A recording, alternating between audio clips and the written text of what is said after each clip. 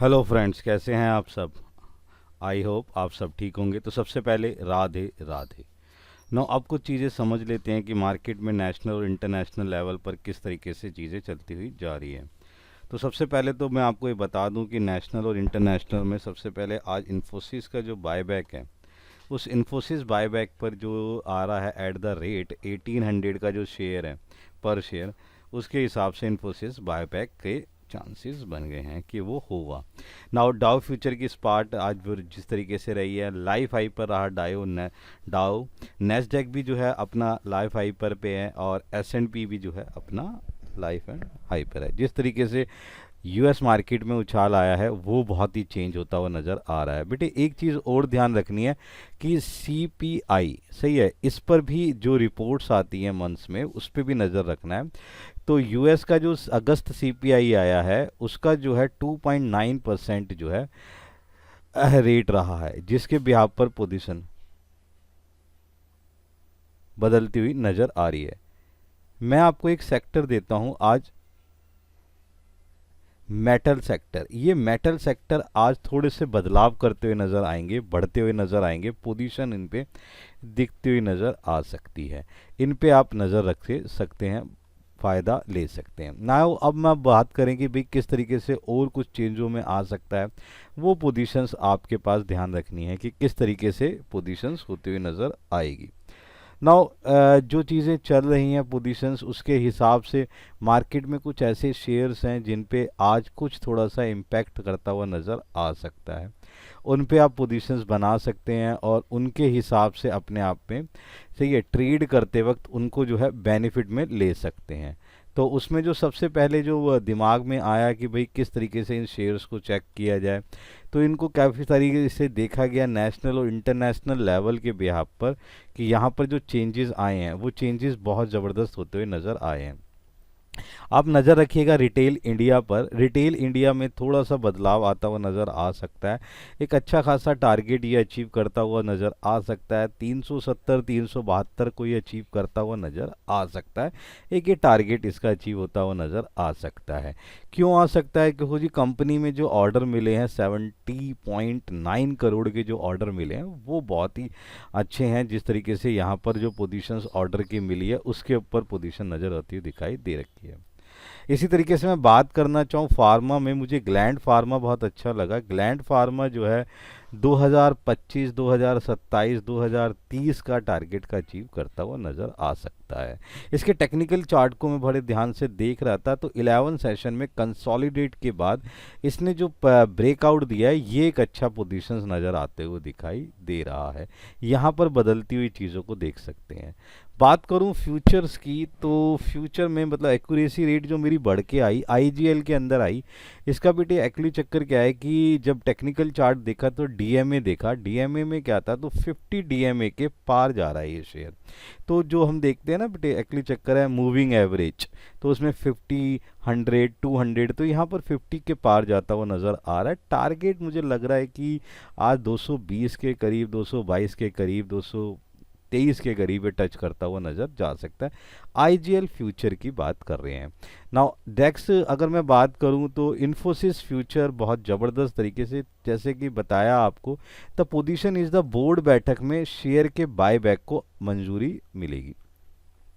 यहाँ पर जो पोजीशंस हैं उसके बायबैक के हिसाब से जो टारगेट है 1540 से 1541 के करीब जाने के चांसेस बनते हुए नज़र आ सकते हैं। इतना पॉइंट्स बढ़ता हुआ नज़र आ सकता है।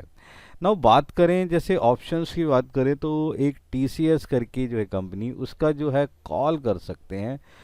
कॉल का रेट ले सकते हैं 56 रुपये 85 पैसे के हिसाब से, टारगेट 80 कर सकते हैं। इसके नीचे रीज़न क्या है कि जिस तरीके से इसका फंडामेंटली मजबूत हुआ नज़र आया वो पोजीशन बहुत ही अच्छे नज़र आते दिखाई दे रहे हैं। कॉल का भी 230 का कॉल जो है इसका, सॉरी बेल का, BHEL बेल का जो है 230 का कॉल ले सकते हैं। इसमें क्या है कि मैं इसे देख रहा था कि जो टेक्निकली चार्ट है ना वो 1 महीने के उच्चतम स्तर को छू रहा है, जिसके हिसाब से पोजीशन बढ़ती हुई नज़र आ रही है। टारगेट जो है इसका कॉल में 10 के हिसाब से लेके चल सकते हैं और यहाँ पर आपको जो पोजीशंस हैं वो बदलती हुई नज़र आ सकती है।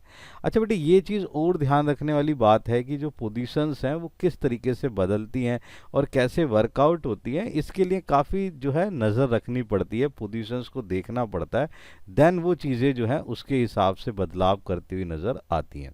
ना यहाँ पर दो तीन चीज़ें और भी हैं, जैसे मैं आपको बात करूं कि जिस तरीके से बातें आ रही हैं नेशनल लेवल पर, जो सुधार होता हुआ नज़र आ रहा है, उससे क्या है कि जो सेक्टर्स हैं उन सेक्टर में बड़ा तेज़ी से बदलाव आता हुआ नज़र आ रहा है।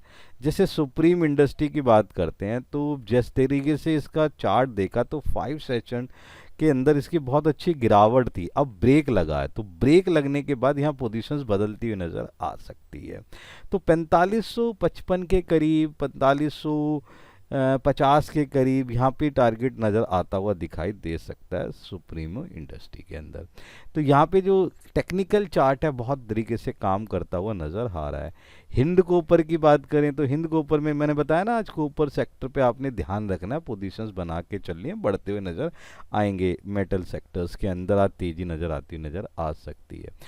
इसमें क्या है, हिंद कॉपर में ना कंपनी ने अपने जो एक्सपेंशन का लक्ष्य के बारे में बताया है कि वो किस तरीके से एक्सपेंशन कर रही है, और जिसके बिहाफ पर जो है 255, 57, 58 के करीब जो है टारगेट एक अचीव करते नज़र आ सकता है, क्योंकि इसने अपनी माइन कैपेसिटी जो है 3.47 MT से बढ़ाकर जो है बेटा फाइनेंशियल ईयर 2031 तक 12.2 MT की कर लेगी, जिसके हिसाब से यहाँ पोजीशंस नज़र आती नज़र आ सकती है। अगर आपको लगता है कि नहीं यार मुझे 6-8 महीने के लिए, तो एनबीसीसी कर सकते हैं। एनबीसीसी में क्या है, रिको के साथ जो इसका 3700 करोड़ का जो प्रोजेक्ट हुआ है, एमओयू हुआ है, उसमें इसमें चेंज आता हुआ नज़र आ सकता है। 125-130 की पोजीशंस लेते हुए नज़र आ सकता है। जयपुर इंटरनेशनल एयरपोर्ट के पास जो इंफ्रा प्रोजेक्टर का इसका एग्रीमेंट हो चुका है, वहाँ पर पोजीशंस कर सकते हैं। बात करूँ मैं मैरिको की, MARICO, मैरिको की, तो यहाँ पर मैं क्या देख रहा था कि इसने जो वेलनेस में 15.9% का जो हिस्सेदार खरीद लिया है, पूरा कर लिया है, जिसके बिहाफ पर 30 सितंबर तक ये 138 करोड़ में बेचे हुए हिस्से का जो है अधिग्रहण कर लेगा, ले लेगा। वहाँ पर जो टारगेट नज़र आ रहा है 760 के करीब, 758 के करीब पोजीशंस नज़र आती हुई दिखाई दे रही है, जहाँ पर ये पोजीशंस लग रहा है कि अचीव करते हुए नज़र आ सकते हैं। JBM ऑटो बेटा बहुत अच्छा वर्कआउट कर रहा है, क्योंकि इसकी जो इको लाइफ में इंटरनेशनल फाइनेंशियल क्रॉप में जो इसने निवेश करेगी, जिसके हिसाब से महाराष्ट्र, असम, गुजरात और अन्य जिसमें EV बस जो है बड़ा तगड़ा निवेश करती हुई आएगी, GBM आप नज़र बना सकते हैं। यहाँ पर 645, 648 का जो टारगेट है वो नज़र आता हुआ दिखाई दे सकता है। सही है जी, इस तरीके से आप इस पे अपनी एक पोजीशंस बना सकते हैं और वहाँ पर वर्कआउट करते हुए अपनी पोजीशंस को देखते हुए चलें कि कैसे ये शेयर जो है एक अच्छी पोजीशंस देता हुआ आपको नज़र आ सकता है।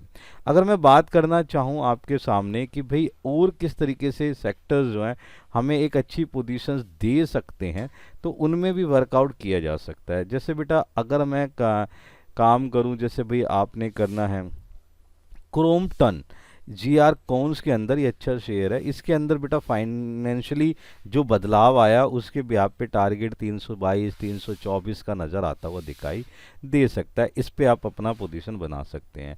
HCL टेक बहुत अच्छा है बेटा, टेक्निकली चार्ट जिस तरीके से पोजीशंस बदलती हुई नज़र आ रही है, 1496 के टारगेट को अचीव करते हुए नज़र आ सकते हैं।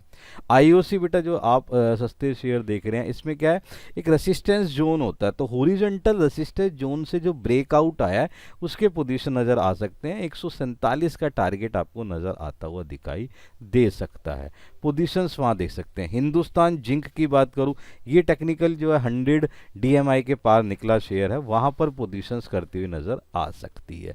तो ये कुछ ऐसे शेयर हैं जिस पे आप अपनी पोजीशन उठा सकते हैं, वर्कआउट कर सकते हैं, काम कर सकते हैं, बेनिफिट ले सकते हैं, टेक्निकली काम करते हुए नज़र आए। ट्रेड करें लॉजिकली, अर्न करें टेक्निकली, सही है जी, फंडामेंटली वर्कआउट करते हुए नज़र आ सकते हैं। देन मिलते हैं नेक्स्ट सीरीज के अंदर। Good bye.